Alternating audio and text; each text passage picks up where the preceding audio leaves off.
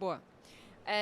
Bom dia, pessoal. Vamos começar aqui o painel falando de futuro do trabalho, um panorama sobre essa discussão tão importante. Vou me apresentar. Eu sou a Ana Carvalho, sou líder do Comitê de Delivery Marketplace do Movimento Inovação Digital e também sou políticas públicas da RAP, Plataforma de Intermediação e Delivery. Queria agradecer a presença da nossa plateia aqui nesse evento e também contar um pouquinho que no Movimento Inovação Digital a gente se organiza em torno de comitês temáticos, sempre para discutir políticas públicas relevantes, para trazer todas as questões que impactam muito o modelo de negócio, como as empresas se estruturam no país e principalmente a quais regras a gente fica submetido aqui no país, né? Então, assim, a gente discute muito novas regulações, novas tendências, questões também do judiciário. Então, para quem quer aprofundar nesses assuntos, fica aí o convite para participar de algumas das reuniões do comitê, inclusive de delivery e marketplace. Vou passar aqui para apresentar o pessoal que está aqui me acompanhando. É uma honra estar com pessoas tão competentes para tratar desse assunto. Todos aqui têm ampla experiência nessa altura do campeonato com esse assunto, com temas de trabalho no Brasil, de diferentes óticas, de diferentes perspectivas, né? O que é muito bom para enriquecer o debate. E falando um pouquinho aqui de quem está acompanhando o palco, a gente está com o Felipe Papini, que é o head do jurídico Latam da Zubali, também líder do comitê trabalhista aqui do MID. O Guilherme Guimarães Feliciano, né, que é o professor da USP e juiz de trabalho, né? Também Rodrigo Porto, que é especialista em relações governamentais da Endrive, também é nosso líder aqui do comitê de mobilidade do MID. E com a Daniela Mesquita, que é sócia na Nelson Williams Advogados, também é especialista nessa área, né? E para começar, fazendo um primeiro panorama, acho que vale a gente fazer uma primeira rodada de apresentação, cada um falando ali um pouco do nome, da experiência, o pessoal das empresas contar um pouquinho mais assim do modelo de negócio também, para aí a gente entrar de fato no debate regulatório e no assunto principal aqui. Então, como eu comentei, eu sou Ana Carvalho, sou líder do Comitê de Delivery e queria agora passar a palavra aqui em ordem, pode ser, começando, por favor, com a Daniela. Daniela. Bom dia, meu nome é Daniela Mesquita. Como ela disse, eu sou sócia do escritório Nelson Williams. O escritório ele tem filial no Brasil inteiro, atua em todas as áreas e eu sou sócia da área trabalhista. E na área trabalhista o que a gente está vendo cada vez mais são essas novas formas de relação de trabalho que não necessariamente aquela prevista na CLT, né? E o trabalho através da plataforma digital é uma dessas formas, que é o que a gente vai tratar aqui hoje. É isso. Oi, bom dia, pessoal. Bom, primeiramente uma oportunidade muito grande, né? É especial estar aqui com essa mesa, com todos vocês. Meu nome é Rodrigo Porto, eu sou especialista de relações governamentais na Endrive. E como a Ana falou, né, eu sou líder do Comitê de Mobilidade no MID. Para quem não conhece, a Endrive é uma empresa que surgiu aí inicialmente especificamente com o setor de transporte de pessoas. É uma empresa que nasceu na Sibéria em 2013 e se expandiu aí para o mundo. Hoje nossa sede fica nos Estados Unidos. A gente chegou no Brasil em 2018.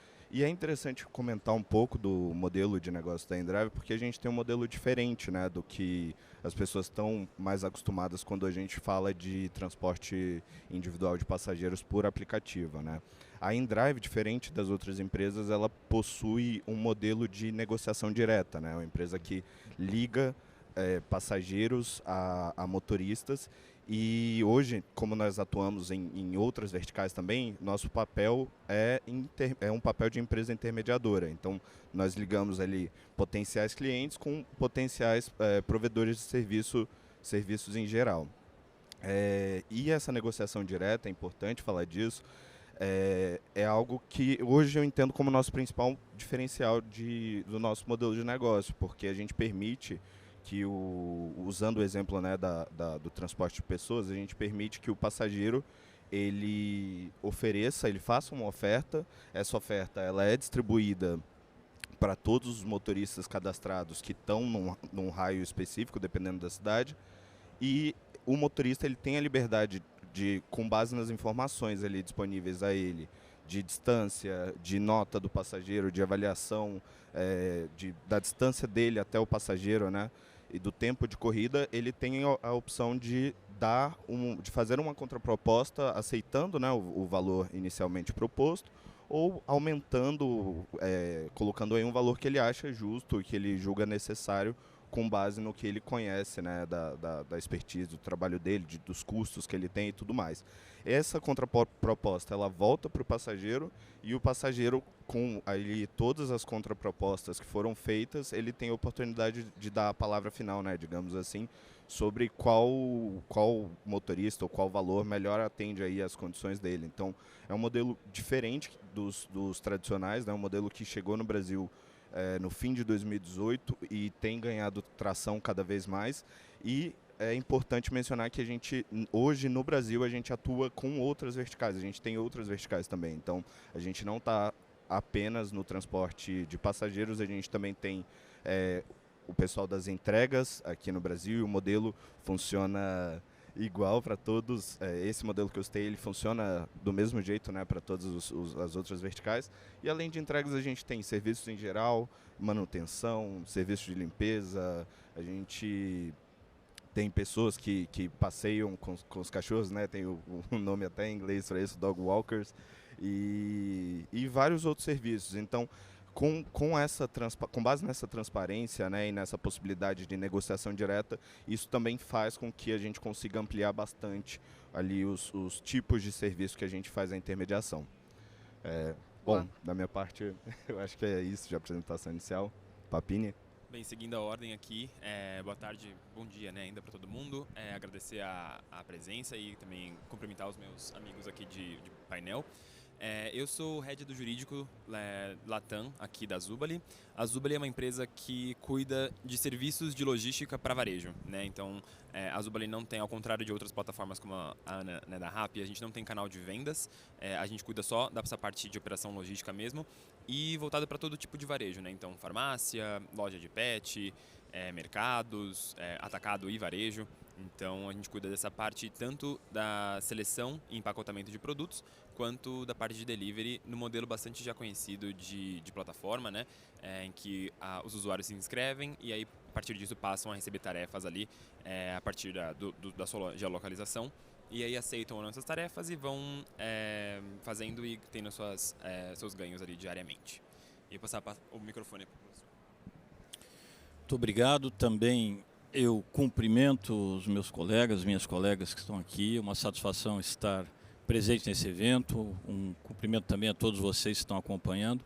Eu sou Guilherme Guimarães Feliciano, sou professor associado da Faculdade de Direito da Universidade de São Paulo, no Departamento de Direito do Trabalho e Seguridade Social. Sou juiz do trabalho, titular da primeira vara do trabalho de Taubaté, atualmente funcionando como juiz auxiliar da vice-presidência judicial no Tribunal Regional do Trabalho em Campinas. E no que nos interessa mais especialmente aqui, sou na USP coordenador do Núcleo de Pesquisa e Extensão, o Trabalho Além do Direito do Trabalho, que se desdobra em pesquisas e atividades de extensão, considerando uma série de situações nas quais, em tese, o modelo básico de proteção laboral previsto na legislação não cabe, e aí nós temos então um déficit de proteção de trabalhadores que muitas vezes são economicamente dependentes, mas não têm o alcance da lei por uma questão de modelo de negócios ou de forma contratual, ou mesmo hipóteses em que, em tese, aquele trabalho pode ser alcançado pela legislação trabalhista, mas por alguma outra razão há um déficit de efetividade da própria legislação. Então, para que tenha uma ideia, nós temos um eixo para os trabalhadores do sexo, nós temos um eixo para flanelinhas, nós temos um eixo para youtubers e temos um eixo para trabalhadores plataformizados ou uberizados, como queiram. Este eixo já passou por 2 ciclos, estudamos tanto aquilo que o professor Valério Di Stefano chama de Work on Demand, ou Work on Demand by App, que é esse trabalho sob demanda por intermédio da plataforma, por intermédio do aplicativo, em que, na verdade, a atividade laboral se exercita, digamos, no nosso mundo tridimensional, caso da Uber, caso da iFood, etc. Como também estudamos uma hipótese mais específica, digamos assim, que é a do crowdwork, em que o trabalho também se desenvolve no mundo virtual. São chamados microtrabalhadores ou microtarefeiros ou tarefeiros virtuais, ou em inglês há várias expressões, turkers, taskers, rabbits, enfim, são trabalhadores que realizam pequenas tarefas diretamente na plataforma, geralmente para alimentar softwares de inteligência artificial, mas há outras hipóteses também. E também sem nenhuma cobertura legislativa, inclusive no Brasil. São hipóteses em que há um vácuo legislativo, um vácuo de proteção. Eu já posso até antecipar esta parte da discussão. Nós entendemos pelas pesquisas feitas que em vários casos estão presentes os elementos da relação de emprego, com previsão na lei, artigo 6º, parágrafo único da CLT, e outros casos não. É uma questão que depende basicamente de 2 fatores. Primeiro, a arquitetura da plataforma. E só que hoje vocês já puderam ouvir que há várias arquiteturas. É diferente imaginar a condição de quem presta serviços, por exemplo, na Uber, ou de quem oferece um imóvel para locação também por uma plataforma, não é? Ou o modelo que acabou de ser referido aqui, de negociação direta. E, por outro lado, obviamente, a situação concreta, não é? É diferente um motorista uberista que presta serviço 6 vezes por semana e praticamente sobrevive da sua atividade no aplicativo, daquele que faz isso de modo eventual, porque tem um outro negócio, uma outra atividade, e aquilo é apenas uma atividade lateral. Então, estas são as premissas que nós temos adotado para fazer esses estudos e para considerar que há hipóteses, digamos, de direitos plenos, e há hipóteses em que, de fato, não haverá vínculo empregatício, mas ainda assim há que se discutir direitos mínimos, e é este o ponto. Obrigada, professor. Acho que um ponto interessante que o professor trouxe é o quanto existem diferentes linhas de pesquisa, mesmo dentro do universo do trabalho de plataforma, né? O que deixa bem claro o quanto esse debate ele é complexo, porque leva em conta diferentes realidades, de um lado, e também um debate que está sendo travado no mundo todo, que ninguém tem uma resposta 100% clara ainda, né, de qual que é o caminho correto, até por essas muitas variáveis. E aí eu até queria fazer um gancho com o primeiro tópico do painel, que é entender melhor como a gente está vendo, como vocês estão vendo hoje, o cenário internacional de regulação do futuro do trabalho. Olhando um pouquinho do cenário latino-americano, é também um cenário, no fundo, muito incerto, né? A gente tem só uma lei, de fato, em vigor hoje, que é a lei chilena, que comporta ali até 2 modelos, um modelo que seria mais similar ao modelo seletista ou o modelo do empregado, né? Mas também tem ali a previsão de um modelo do autônomo, do profissional independente, dentre outras previsões na legislação. Tem até algumas questões que vão ser ainda regulamentadas, mas aqui na América Latina, que eu tenho a ciência, é o único país que tem uma lei de fato aprovada e em vigor.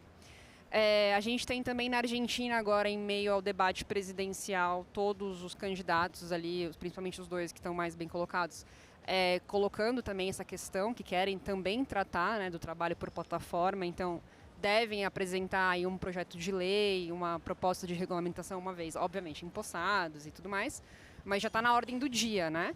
Aqui no Brasil também, o Lula foi bastante vocal quanto a isso, mas em todas as campanhas, em todas as plataformas de campanha, a gente observava a presença dessa discussão, dessa proposta de regulação desse setor, principalmente olhando entregas, mas também motoristas aqui no Brasil.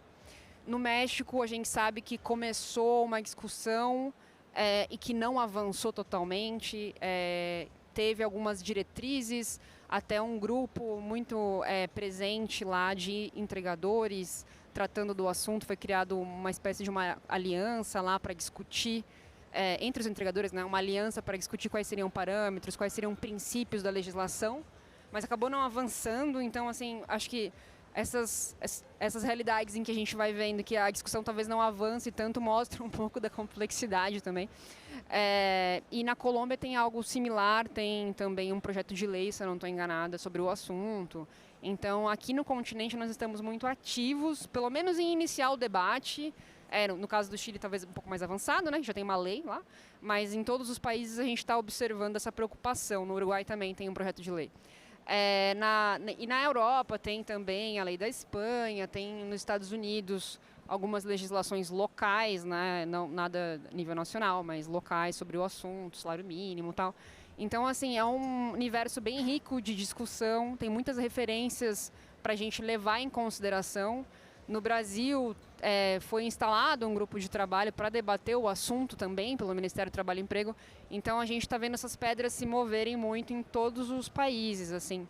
Aí eu queria abrir um pouco para os painelistas aqui comentarem se tem algum caso que acham interessante comentar, que é mais específico, ou mesmo destacar algum ponto dessa experiência internacional. O que a gente pode ter como aprendizado, né, do que a gente está observando nesses diferentes casos. Aí a gente, não sei se alguém quer começar, mas se não, posso sugerir também começar com você, Daniela, eventualmente, se tem algum ponto.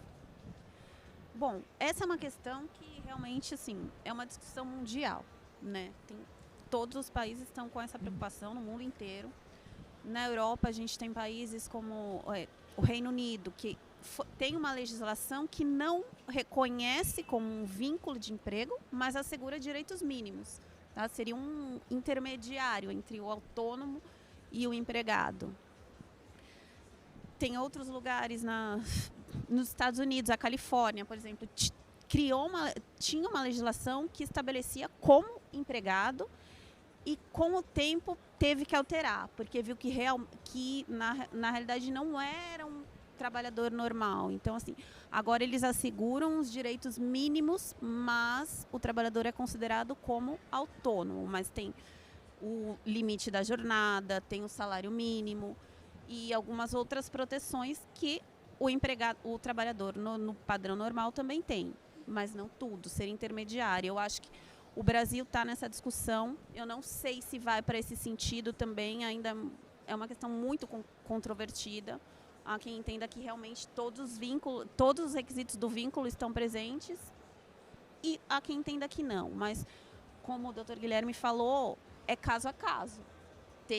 Realmente tem algumas plataformas que, se você for analisar, todos os requisitos estão previstos. Há uma interferência no trabalho da pessoa. E há outras que não. Então, assim, é uma questão muito controvertida ainda e tem que ser analisado caso a caso. Eu concordo, assim, é um tema bastante complexo, é um tema muito novo também, que a gente está vendo, como a Ana citou agora há pouco, né? Muitos países estão debatendo esse tema, ainda é algo muito inicial, principalmente aqui na América Latina. No Chile a gente já tem a lei, como você bem mencionou, e eu acho que é importante ressaltar de toda essa discussão que, por ser algo ainda muito novo, a gente ainda está analisando, a gente ainda não teve uma visão geral e não conseguiu analisar de forma mais detalhada os impactos dessas legislações que já foram aprovadas em vários países. A gente tem, por um lado, alguns países optando por uma legislação que garante aí todos os direitos trabalhistas e que equipara esses trabalhadores a empregados, como vocês mencionaram. Isso tem um impacto para as empresas e no final das contas, né, no fim do dia, isso também vai ter um impacto para o trabalhador.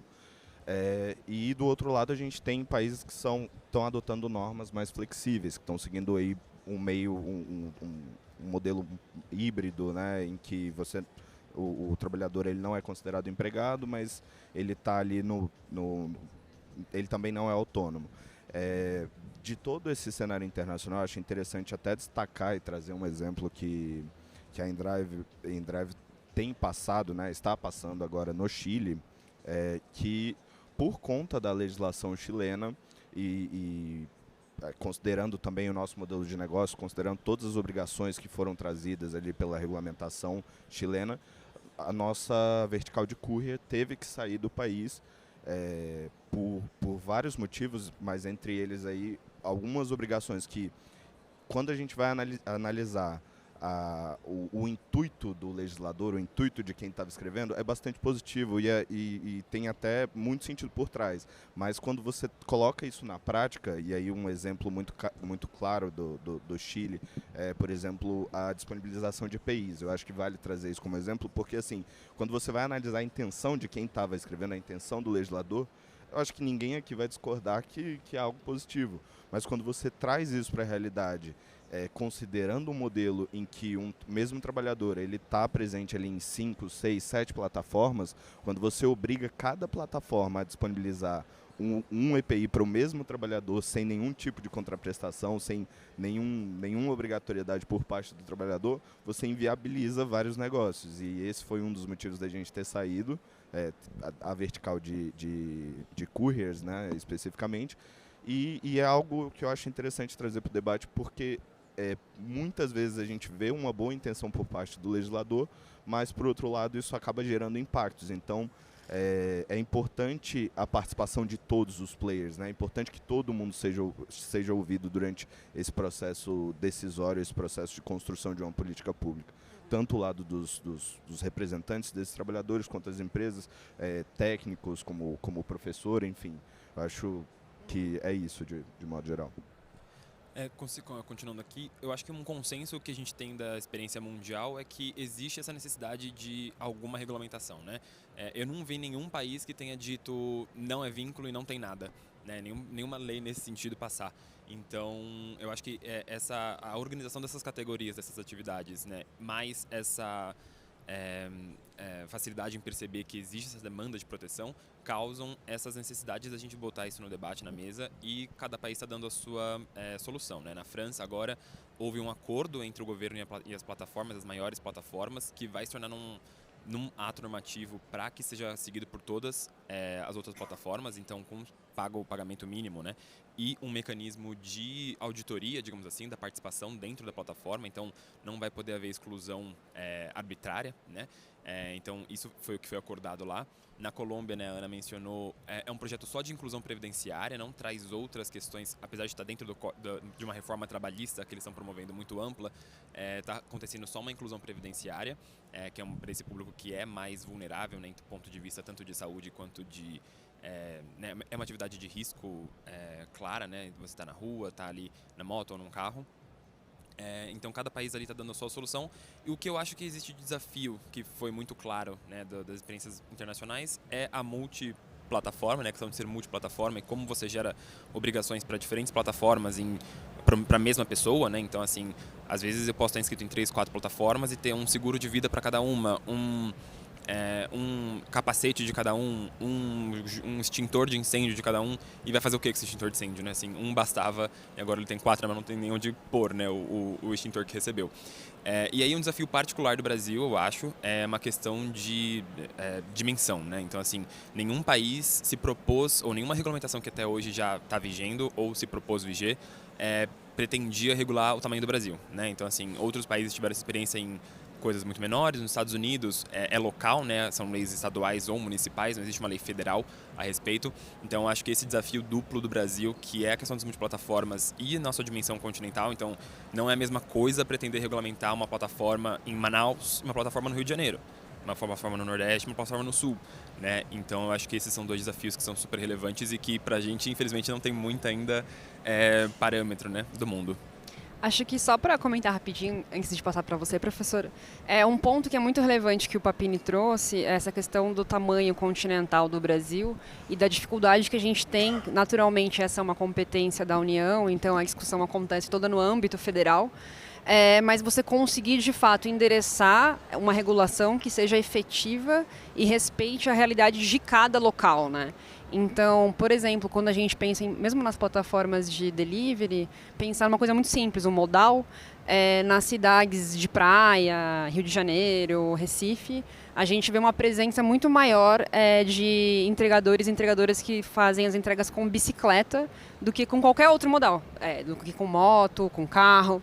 Então, assim, só para dar um exemplo de que uma legislação nova que venha, por exemplo, a olhar principalmente o que está muito mais assim na mente de todo mundo, que é a moto, no caso das entregas, ou mesmo carro, em entrega de supermercado, etc., no fundo tem uma realidade completamente diferente e começa ali não só pela estrutura da cidade, da topografia, mas também de qual modal é utilizado e as suas particularidades. Então, assim, só para dar um exemplo de infinitos que a gente pode dar, de quanto essa regionalização ela é importante no debate também, num país que é tão complexo.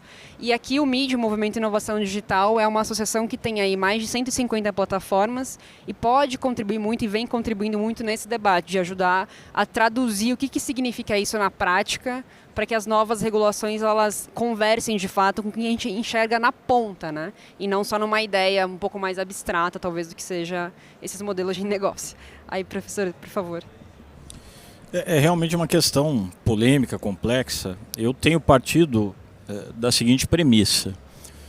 Não cabem aqui visões maniqueístas. Infelizmente, no campo jurídico, especialmente jurídico judiciário, nós temos visto muito esta percepção maniqueísta do problema. Ou seja, ou são todos empregados, o Ministério Público do Trabalho, ou alguns procuradores do trabalho insistem muito neste ponto, em que é praticamente conceitual que esse é sempre um trabalho não eventual, a subordinação ao algoritmo que está sempre presente, é remunerado e é pessoal, na medida em que há uma seleção mínima para o cadastro na plataforma, logo são todos empregados.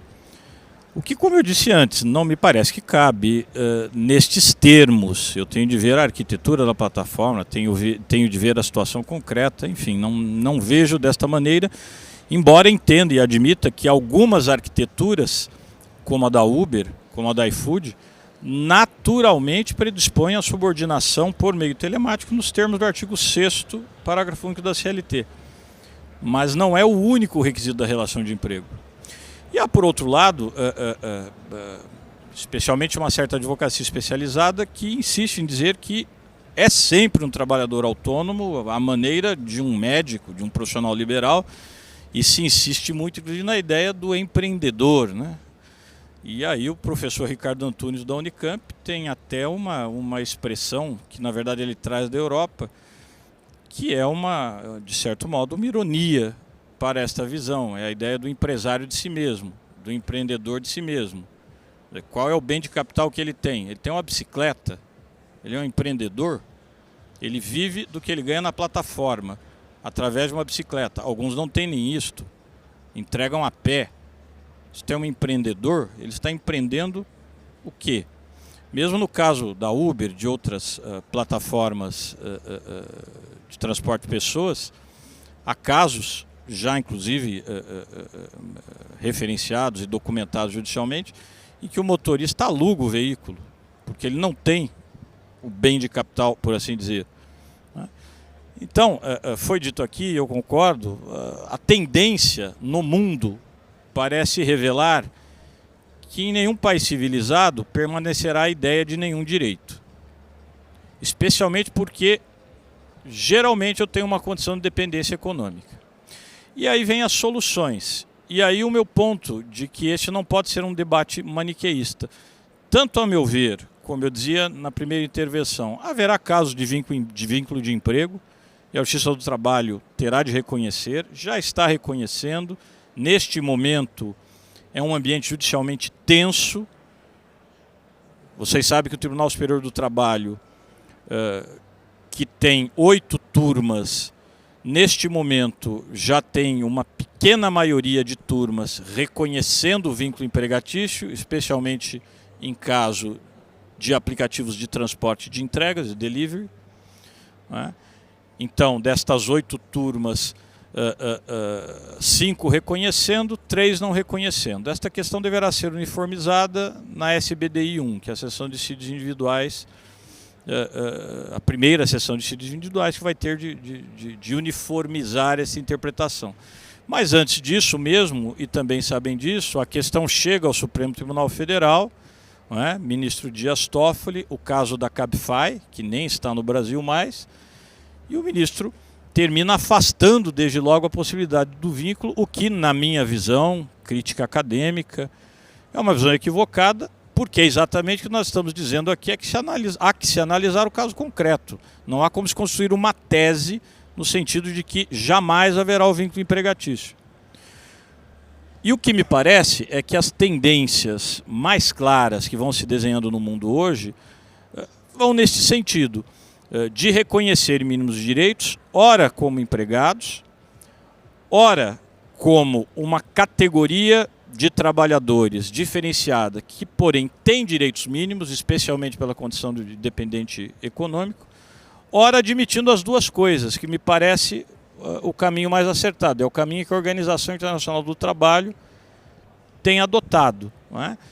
Há um relatório de 2018, exatamente sobre novos modelos de negócios, trabalho decente e gig economy, em que a OIT começa dizendo, bom, em primeiro lugar há que se ver se não há relação de emprego, recomendação 198, indícios, etc. A não haver relação de emprego, mas havendo condição de dependência econômica que tende a ser a regra, há que se ver alguns direitos mínimos. Transparência algorítmica, mínima remuneração, por algum critério, base horária, base de entrega, enfim. Temos de considerar, sim, direito à desconexão. Tende a haver este problema. Quando nós levamos o jurídico da iFood para discutir conosco no núcleo, o advogado que estava à frente da equipe nos diz o seguinte, não, a iFood tem esta preocupação, inclusive estamos adaptando a plataforma para que a partir de 8 horas o entregador já não possa entregar mais. Ele é automaticamente desligado da plataforma. Mas isso não resolve todos os problemas, porque a rigor ele sai desta plataforma e vai entregar em outra. E isto, percebam, se torna até um problema de saúde e segurança pública, porque eventualmente é um motorista, um motociclista que está 16, 17 horas dirigindo sem parar. Então, a ideia das multiplataformas ou de condomínios de plataformas, como eu já ouvi também, é um caminho interessante. A negociação coletiva na área é um caminho interessante para que isto possa ser previsto de uma maneira a se garantir, por exemplo, repousos remunerados, ainda que empregado não seja. Direitos ligados à saúde e segurança do trabalho, foi o que eu mais ouvi aqui, isto me parece óbvio, e a ver como se divide este custo. Não é? Direitos ligados à negociação coletiva e à liberdade sindical, direitos previdenciários. Esses me parecem os essenciais, mesmo que não haja vínculo de empregatício. E aí nós, para terminar, nós olhamos a realidade mundial e vemos o que eu tenho tentado classificar em 3 tendências. Primeiro, a tendência daquilo que eu chamo que é a deslaboralização absoluta. Não tem nada a ver sequer com o trabalho, que foi o que se discutiu originalmente na Espanha, quando a questão pela primeira vez chega ao Supremo Tribunal Espanhol. Que era a ideia, na verdade a discussão não era nem de legislação trabalhista, era se estes motoristas de aplicativo tinham de se submeter às mesmas exigências que eram impostas a taxistas pela condição de serem agentes de tráfego. Porque neste caso, a empresa de plataforma dizia, nós não somos empresa de transporte, nós somos empresa de tecnologia. Nós apenas aproximamos consumidor de prestador de serviços. Portanto, esta legislação não se aplica a nós. E o Tribunal Supremo Espanhol disse, sim, se aplica. Vocês são empresas de serviços. E depois isto evoluiu para se discutir se havia laboralidade ou não.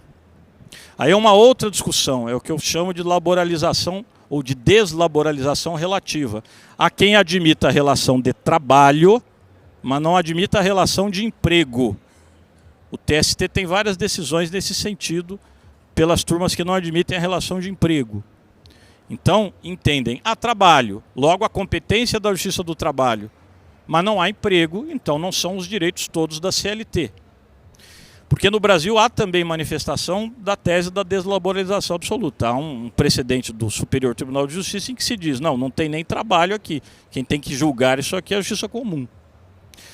Temos uma terceira tendência, que é das soluções intermediárias, e aí foram dados vários exemplos aqui. O caso da AB5 na Califórnia, para mim, é uma solução intermediária, em que se reconhecem, como a colega disse, alguns direitos, mas não todos. Não se reconhece ali um employee, um empregado, mas se reconhecem direitos mínimos. Foi o caso da Inglaterra, né, que a Corte Constitucional inglesa, que na verdade é a Câmara dos Lords, terminou decidindo, ou seja, não são employees, mas também não são self-employed.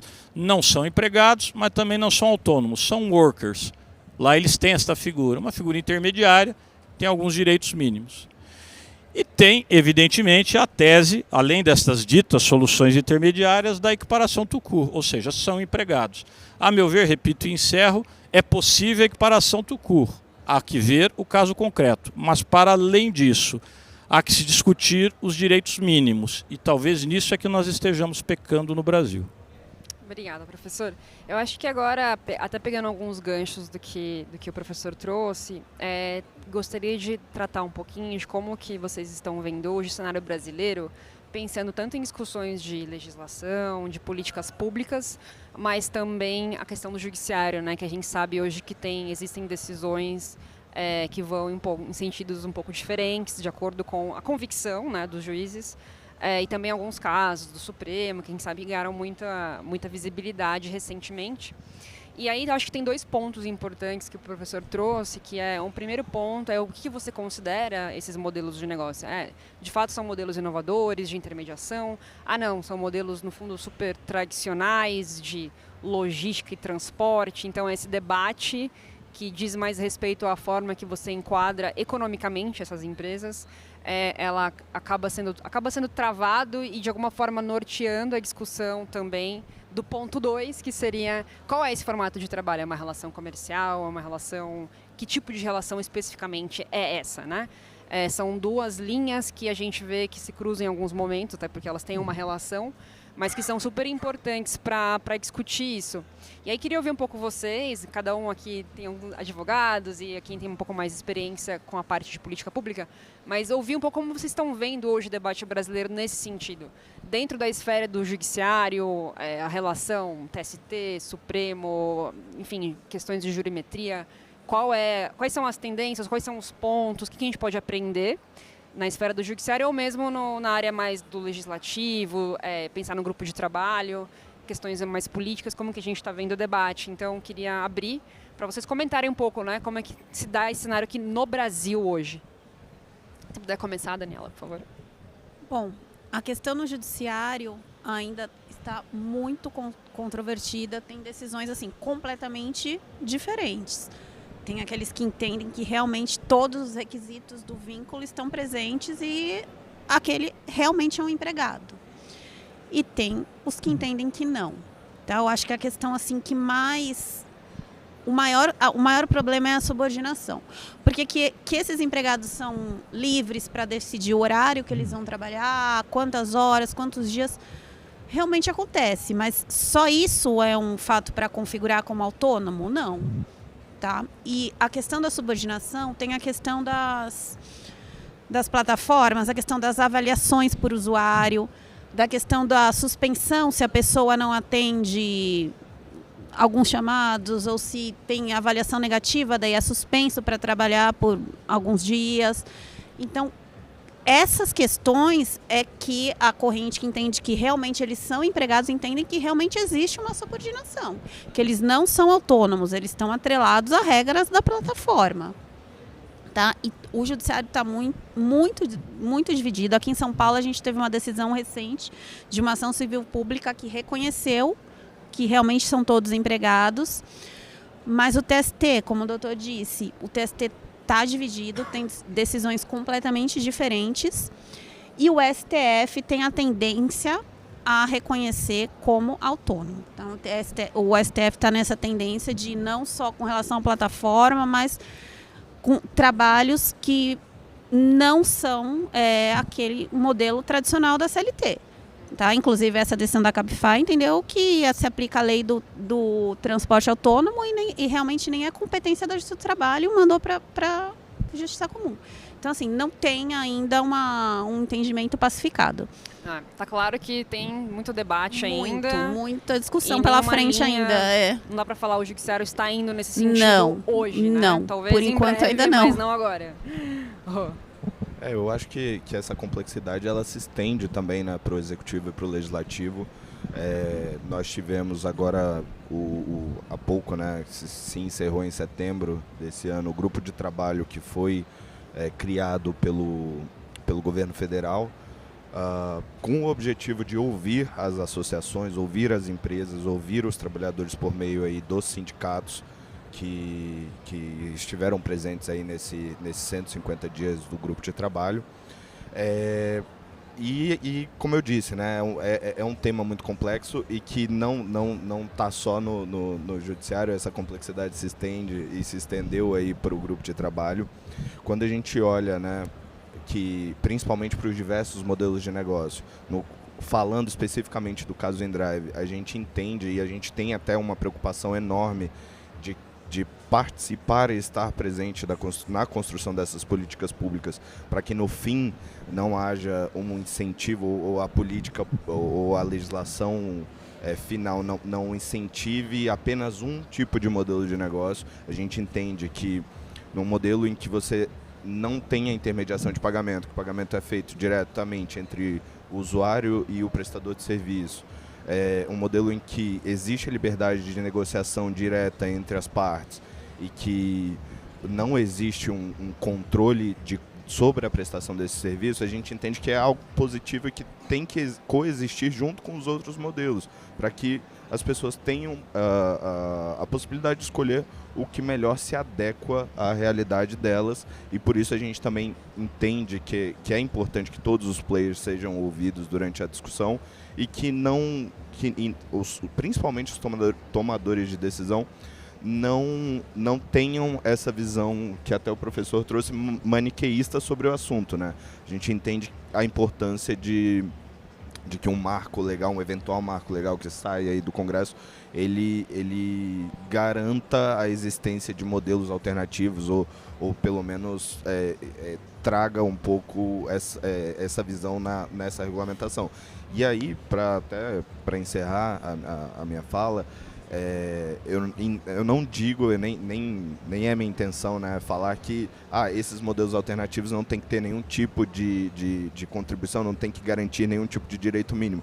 Não, eu entendo que até esse é a nossa preocupação em participar da construção dessa política pública, para que sim, existam direitos básicos, direitos mínimos a todos os trabalhadores, e com base ali no tipo de modelo a gente consiga equilibrar e equiparar muito bem o que a gente vai entender como necessário, o que a gente vai entender como algo ruim, né, a longo prazo.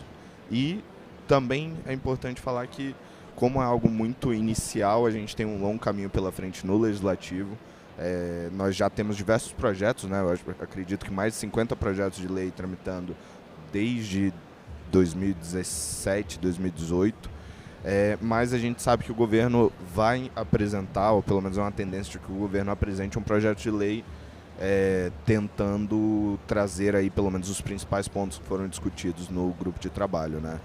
Perfeito. E para complementar um pouquinho o ponto do Rodrigo, lá no comitê de delivery a gente acompanha muita discussão política, e acho que um ponto que avançou bastante no cenário brasileiro, mas que ainda é incerto, a gente não sabe como vai caminhar, quais são os prazos, é a questão da inclusão previdenciária desses profissionais, né? Então, pensar em formatos que sejam inovadores, considerando esse comportamento que eles têm de, enfim, estar conectado em várias plataformas ao mesmo tempo. Então, assim, é uma lógica muito diferente.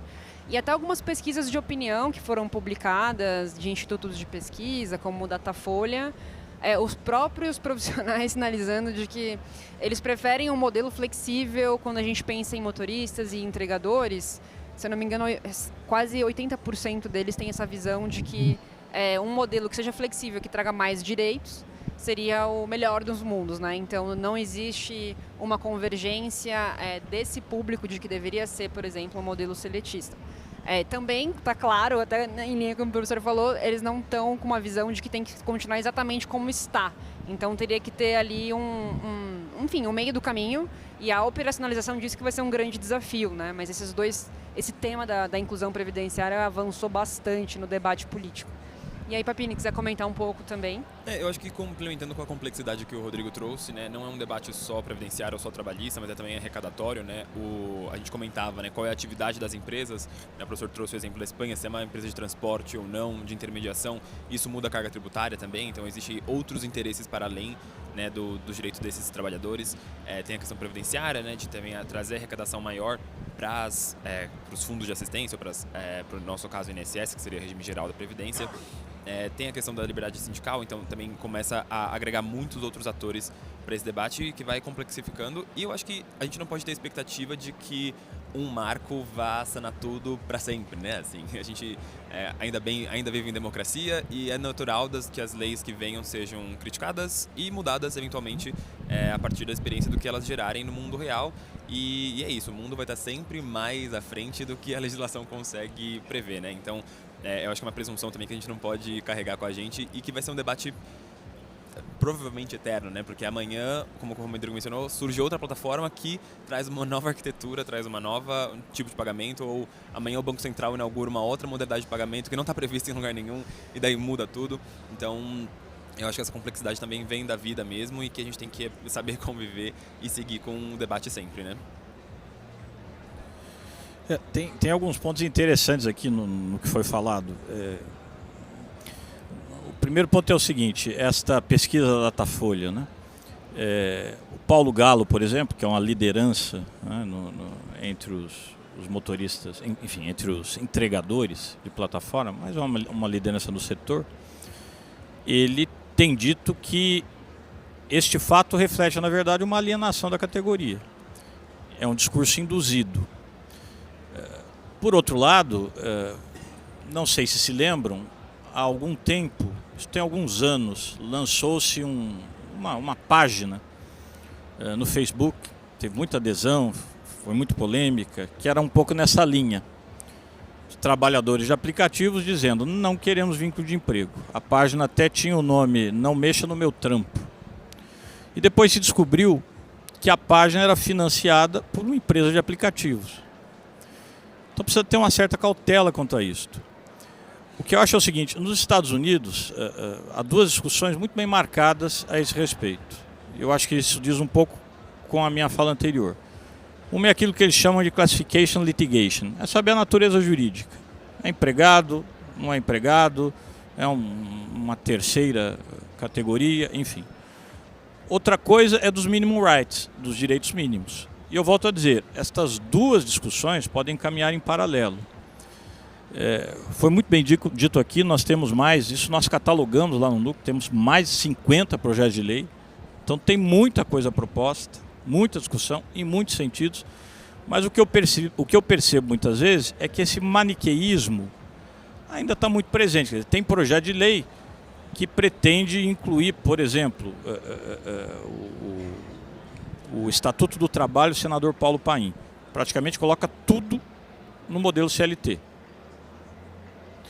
Por outro lado, projeto Tabata do Amaral, esse eu pude inclusive contribuir, a assessoria me procurou, eu dei algumas contribuições, na verdade dei várias, algumas foram aproveitadas, outras não, mas depois eu disse à assessoria e à própria deputada, começou mal, porque começa dizendo assim, não haverá vínculo de emprego entre o trabalhador plataformizado e a empresa de plataforma. Não haverá por quê. E se estiverem presentes os requisitos do vínculo? É o mesmo erro do 442, parágrafo 1 da CLT em relação às cooperativas de mão de obra. Você diz, não haverá vínculo de emprego. Sim, mas se estiverem presentes? E aí, na questão que foi muito bem suscitada, que é o problema na perspectiva do judiciário, esse me parece, com todas as vênias, de novo, crítica docente, enfim, esse parece, a mim parece, ser o grande engano do STF hoje. Tratar isto como uma tese, porque não é uma tese. Quando a Justiça do Trabalho diz, olha, aqui tem vínculo de emprego, ela não está dizendo este modelo de negócios implica em relação de emprego. O que ela está dizendo é, neste caso concreto, houve fraude, artigo 9º da CLT. E fraude pressupõe análise de fatos e provas. O que, em tese, agora sim, não poderia ser objeto de reclamação constitucional. Reclamação constitucional não vai discutir, não vai revolver matéria de fatos e provas. E é isso que tem acontecido. O próprio caso do Cabify me parece um exemplo disto. E há outros, né? Houve um caso recente, aí não envolvendo exatamente isto, mas outra coisa, a questão de transportador autônomo, em que, reconhecendo fraude, um juiz do trabalho declara o vínculo empregatício entre o motorista e a empresa de transporte. A empresa apresenta o recurso ordinário, mas também apresenta uma reclamação ao Supremo Tribunal Federal, imediatamente. Cai com um determinado ministro que, liminarmente, ele não caça a decisão e devolve ao primeiro grau para decidir conforme alguma tese, porque a ideia da reclamação constitucional é essa, né? Contrariou algum precedente obrigatório. O relator não faz isso. Ele julga improcedente a reclamação trabalhista no Supremo. Eu até brinquei hoje com os meus alunos lá na USP, olha, eu vou perguntar para vocês na prova qual é o recurso cabível, porque eu não sei qual é o recurso cabível. Recurso ordinário para o TRT que não vai ser. A decisão foi de um ministro supremo. Mas isso mostra o quê? O uso indevido dessas reclamações. Porque, neste caso, é um recurso per salto. Então, resumindo, a meu ver, há um equívoco no uso excessivo de reclamações constitucionais, porque nós estamos tratando como um debate de hipótese, o que, na verdade, é um debate de fatos e provas. E aí tem de deixar o juiz fazer o seu trabalho, o advogado fazer o seu trabalho, o Ministério Público fazer o seu trabalho, produzirem as provas e essa questão seguir o seu curso natural. Não é? E o segundo lugar, evitar esse maniqueísmo que, eu repito, aparece nos próprios projetos de lei. O projeto da deputada Tabata é bom, na perspectiva em que estabelece direitos mínimos interessantes, saúde e segurança do trabalho, não é? Estabelece remuneração mínima, inclusive de acordo com a convenção, o acordo coletivo para a categoria de trabalhadores, mas abre negando a possibilidade de vínculo, equívoco. Um outro exemplo foi esta lei 14.497, eu acho, 457, não me lembro exatamente o número, foi de janeiro de 2022, que era para os entregadores. Não discutiu o vínculo, mas estabeleceu direitos mínimos ali. Aquilo é importante. O direito, e veja o ponto, hein? Aqui aqueles entregadores tivessem acesso a banheiro e água potável. Isso em 2022. Tivemos de discutir uma lei em que se garantisse ao trabalhador acesso a banheiros e água potável. Mas pelo menos a lei veio, estabelecendo direitos mínimos também em relação a seguro de vida, seguro de saúde, também em relação a equipamento de segurança e estabelecendo para o período da Covid aquela compensação financeira se ele ficasse adoecido e não pudesse continuar. Este é um caminho importante para se tomar, mas não apenas esse, os dois ao mesmo tempo. Me parece que levar ao judiciário a discussão apenas como uma discussão em tese prejudica esse debate no próprio legislativo. Obrigada, professor. Eu recebi aqui uma alertinha do tempo, a gente vai fazer uma última rodada aqui, rápida e um pouco provocativa.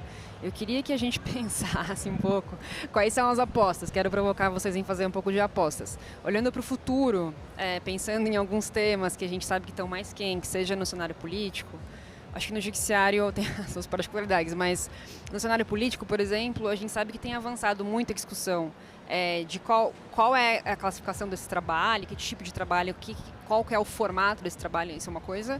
E os direitos mínimos, quais direitos mínimos? Quais são os direitos mínimos? Acho que é uma coisa que está um pouco em debate.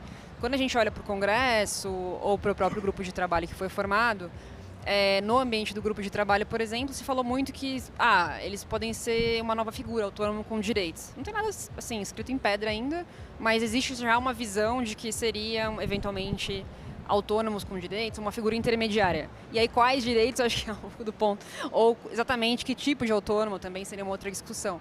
Mas olhando para o futuro, assim, o que vocês veem que deve ganhar mais velocidade, assim, dentro do debate político, legislativo, vai avançar mais a questão previdenciária, de seguros, como o professor mencionou, do projeto da Tabata Amaral, de pontos de apoio, quais são as principais questões que parece que estão ganhando um pouco mais de força, de maior tração seja do lado político ou do lado do judiciário, que vocês têm visto que são questões mais prementes?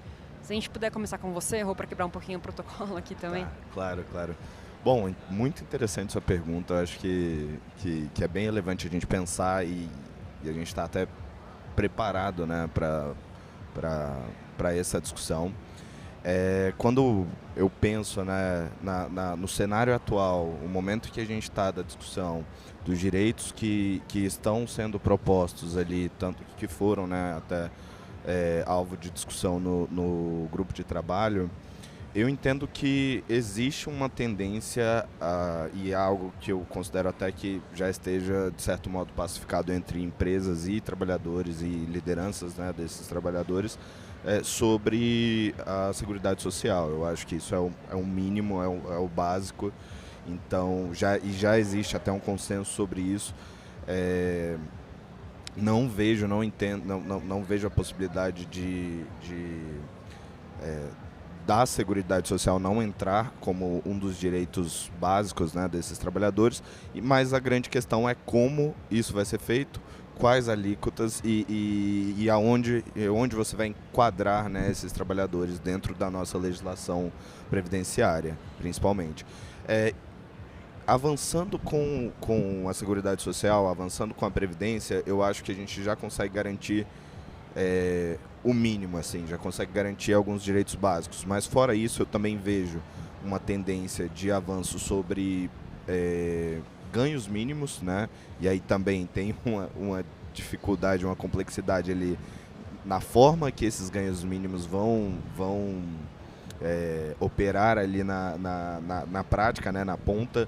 De um lado a gente vê aí os trabalhadores, parte, né, desses trabalhadores pedindo ganhos mínimos por hora alugada, do outro lado a gente vê as associações e até as empresas falando, olha, hora alugada não tem como considerando esse modelo, porque eu não tenho nenhum tipo de garantia de que esse trabalhador ele não vai simplesmente entrar na minha plataforma em mais 4, 5 plataformas, então não tem esse vínculo direto. Então essa vai ser uma complexidade, mas eu entendo ganhos mínimos e previdência como dois pontos que com certeza vão avançar. E um último ponto talvez aí para encerrar minha fala é a questão dos seguros, talvez, né? Quando você fala de seguros de vida, seguros contra invalidez, esse tipo de seguro, eu acho que também é algo mínimo, algo que as empresas precisam ofertar e também é algo que já está pacificado, e muitas empresas até já ofertavam antes de qualquer tipo de obrigatoriedade, né, por parte disso. Então, acho que esses 3 pontos eles vão estar com certeza na agenda do Legislativo, vão estar na pauta e isso vai ser discutido sem nenhuma dúvida, né. Agora, só para fechar de verdade, a parte, por exemplo, quando você cita pontos de apoio, né, é um daqueles temas que eu até citei no começo da minha fala, de que a intenção é muito positiva por trás dos pontos de apoio, mas a forma com que é feito, ela precisa ter bastante cautela, né? É preciso ter bastante cautela quando a gente pensa em pontos de apoio, porque a gente corre o risco de ser mais uma daquelas leis que a gente tem no Brasil, de que existe, mas não tem a possibilidade econômica, não tem a possibilidade até territorial de ser cumprida, né? Então, se, por exemplo, uma lei vem no sentido de todas as empresas obrigatoriamente vão ter que ter um ponto e vão ter que gerenciar esse ponto em cada lugar do Brasil onde tem uma operação. A gente tem até exemplos disso em cidades e exemplos de como uma obrigatoriedade, uma obrigação simples, assim, na lei, na escrita, não vai para frente, né? Não consegue, as empresas não têm, enfim, como cumprir, e aí é muito mais o como implementar isso, né? A discussão e a complexidade por trás de como a gente vai implementar isso, então são pontos de cautela, assim, que eu vejo nessa discussão. Boa, obrigada, Rodrigo. Eu não sei se alguém quer se aventurar em fazer mais algum comentário de olhando para o futuro. A gente está com o tempo esgotado. Mas se alguém quiser fazer as apostas... Sendo eu, é um risco, né? Do que vem ao futuro, acho que... Vai fazer uma aposta rápida aqui. Eu concordo inteiramente com o Rodrigo. Eu acho que o que tende a evoluir de imediato é isto. Seguro, porque interessa a um segmento importante da economia. Vai haver muita propositura nesse campo, muitos modelos de contratos sendo oferecidos nesta linha. Direitos de previdência, parece que está muito claro. A rigor já poderiam ser, a meu ver, já são segurados contribuintes individuais, portanto segurados obrigatórios. Mas não basta dizer isso, quer dizer, esperar que esse trabalhador vá recolher 20% sobre o que ele ganha espontaneamente não vai acontecer. Então eu preciso pensar um modelo que envolva inclusive uma arrecadação que passe pela atividade financeira das empresas de plataforma. Preciso de um modelo, mas vai amadurecer. E, evidentemente, a questão da remuneração mínima e de saúde e segurança do trabalho. Se você olha na perspectiva dos trabalhadores, que você percebe muito claramente é isso, especialmente as associações e sindicatos. Direitos ligados à saúde, segurança. Antes mesmo disso, os direitos ligados à remuneração mínima é uma preocupação que eles têm, e direitos relacionados à transparência algorítmica, que diz respeito, inclusive, aos desligamentos discriminatórios, que é um problema importante. E, para terminar, o horizonte ideal, que deveria ser tratado, a meu ver, como direitos mínimos. Liberdade de direitos civis, então a questão da não discriminação, etc. Esse é um ponto de partida essencial. Remuneração mínima, duração de jornada, direito de desconexão, já falei disso, né? Direito previdenciário, direitos sindicais, inclusive direito de greve, né? Que é o que eles têm chamado de BREC, mas é a greve, né? E direito de negociação coletiva, e estes bem específicos, os direitos de transparência algorítmica em relação à plataforma. Este, a meu ver, o cenário e o horizonte ideal. Obrigada, professor. Temos aí as apostas, então, para o futuro. Queria agradecer a todos os membros do painel aqui, foi um ótimo papo. E obrigada, gente. Obrigada à plateia também.